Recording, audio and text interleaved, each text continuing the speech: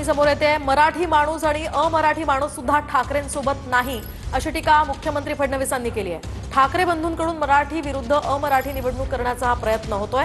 अमराठी माणसांना मारणं हा मराठी भाषेचा विकास नाही असाही टोला फडणवीसांनी ठाकरेंना लगावला।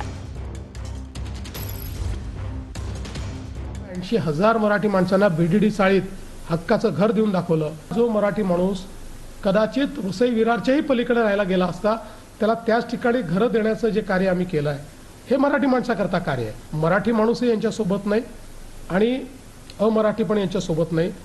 मराठी माणसाला गृहीत धरून यांनी हा जो प्रयत्न केला हा पूर्णपणे अयशस्वी झालाय।